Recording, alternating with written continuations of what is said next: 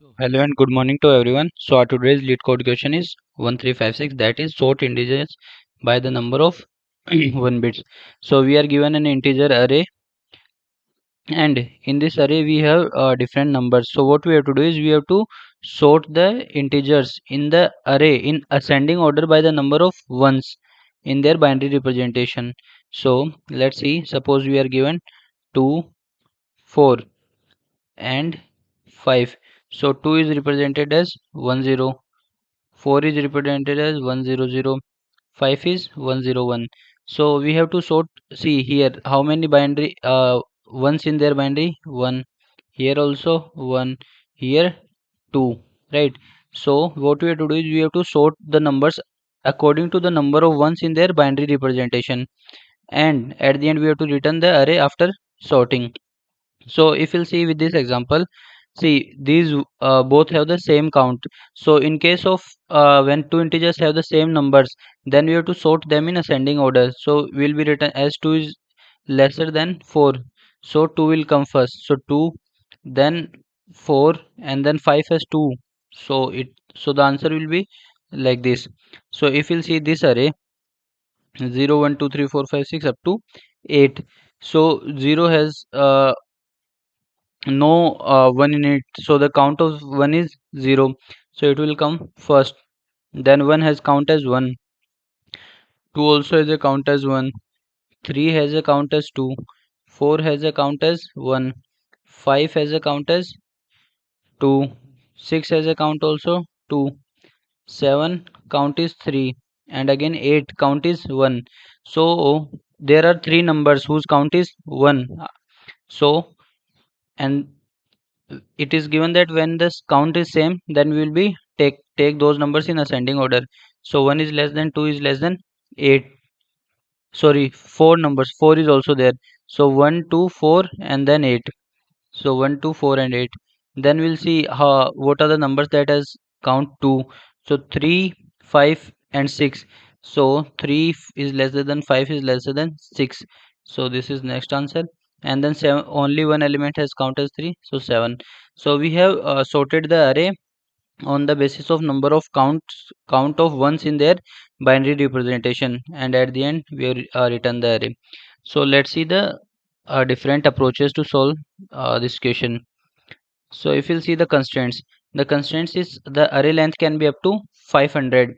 So we can be either use big O, n square, and log n, big O, n, like any of the approaches, as the array length is very small, and the element can be up to 10 ki power 4. So we'll be looking for different approaches to solve this question. So let's see the first approach. The first approach is like what we do is, for every number we will be pre-computing bit counts. So for every number we will count the number of bits, number of one one bits, right? And then what we do is we store bit count and number in an array as a pair, like we'll store the pair in an array, and then what we do is we'll sort the array using our inbuilt sort function. So what it does is the inbuilt sort function first will check the bit count. So if bit count is lesser, it will place the number first, but if two numbers have same bit count, then it will check the number, like which number is smaller. So it will then sort according to number if bit count is same. Then what we do is then store the number in the sorted array order and return our answer.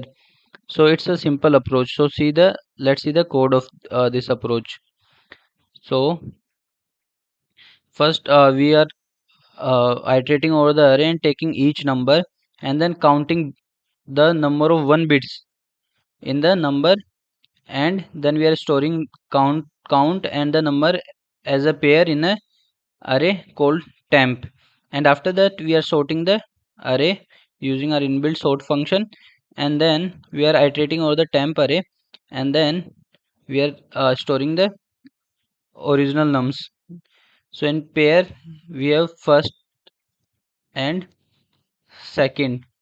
So second here is num and first is giving us the count of 1 bits. So we are storing temp of I dot second, and at the end we will be returning array. So this function count bit function So basically the approach we are using is Brian Kernighan's approach. So normally if we do like suppose we have to count the number of ones in a binary, so and suppose the binary has 32 bits, so normally what is the time complexity? Big of 32. But Brian Kernighan's take big of number of ones, so it directly goes to the one present in the number. So suppose we have 1011. So if we do x and, so suppose this is x, so if we do x and x minus 1, so what will be x minus 1? X minus 1 will be 1010, right? So if we'll do and of these two numbers, what will we get? We'll be getting 101 and 0. So if you notice, the last set bit in the x has been converted to 0, and then we'll increase our count by 1. Then now our x is 1010. What will be x minus 1? X minus 1 will be 100 and 1, right? If again we do AND of these two, we'll get 10 then 00. So if you notice, the second set bit also been converted to 0. So now our count is 2, and now our x is 1000. So what will be x minus 1? X minus 1 will be 0 and triple 1. So if we'll do AND operation, we'll get all zeros, and now our count is 3. So now our x has become 0, so we'll come out of this loop, and then we'll return the count, that is 3. So if you see in the original number, we have number of set bits also 3. So what is the time complexity? Like this Brian Kernighan's trick is better than the normal approach that we go to each bit and then check. So this is our function, and this is our whole code. So what is the time complexity of this approach? So the time complexity is big of n log n, and the space complexity is big of n, as we are using an array.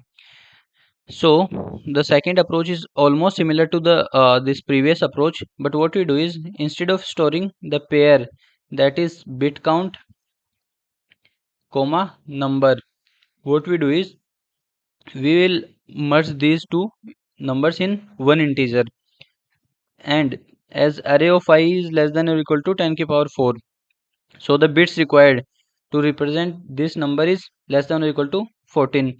So what we do is, so instead of storing pair, we'll store, what we'll be storing, we'll shift the bit count, left by 16 bits, right?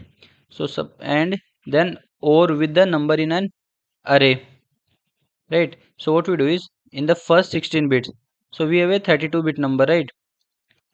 So in first 16 bit, we'll be storing bit count, and in the last 16 bit, we'll be storing the original number.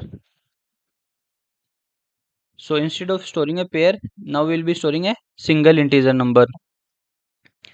And then what we do is, we'll sort the array and then find the original number. We'll sort the array, find the original number, and sort the answer.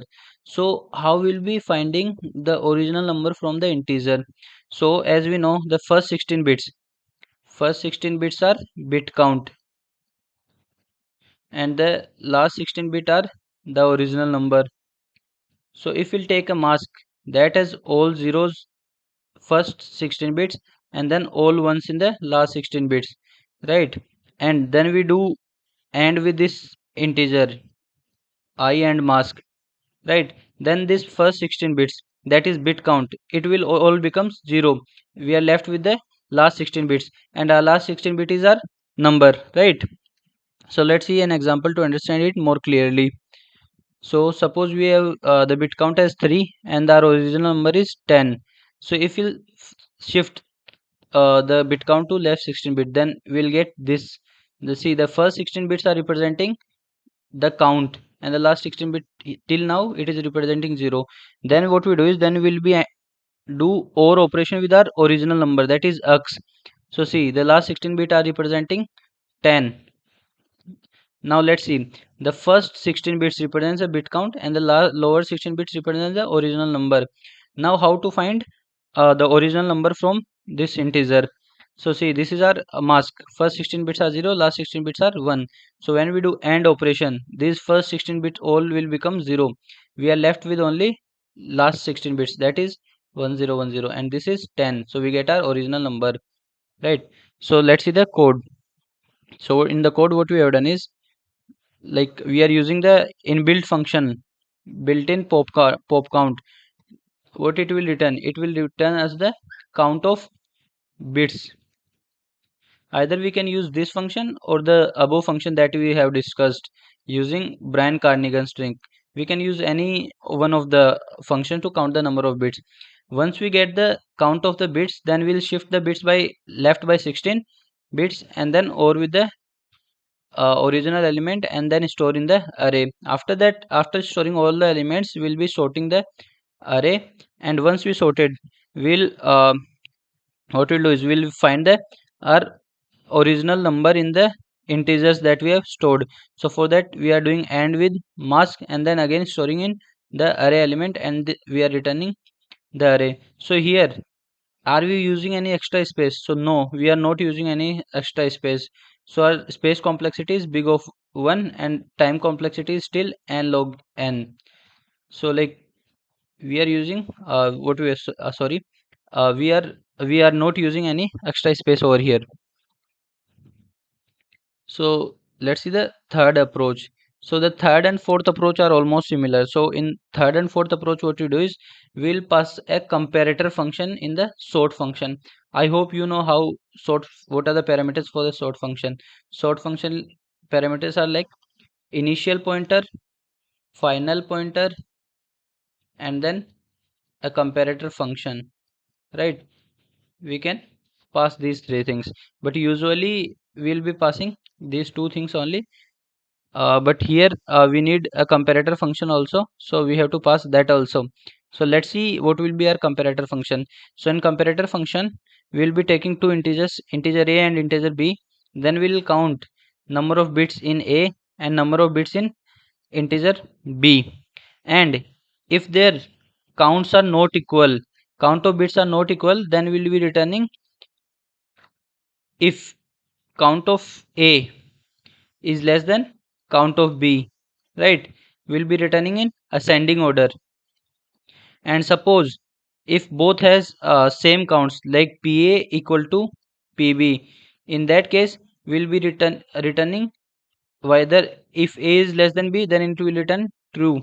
If a is greater than b, then it will return false, right? So this way our comparator function will work.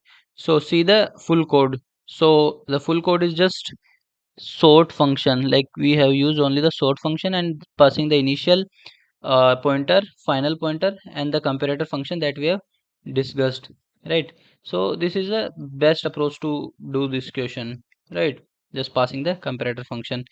But the thing is that every time we compare two numbers, so the comparator function every time will compute the number of bits, number of one bits in these numbers. But here we have only 14 bits, so it won't affect our time complexity too much. So here also our time complexity is big of n log n and space complexity is big of 1. We are not using any extra space. So what if suppose the interviewer tell you not to use these inbuilt functions, then what you do is, then we can use our function count bits instead of that inbuilt function pop count, right? So what our count function does is, so in our count function we are using Brian Kernighan's trick that we have already discussed in approach 1, right? So these are the four possible approaches that we can follow. So if you like the solution, please make sure to like, share and subscribe the channel. Thank you.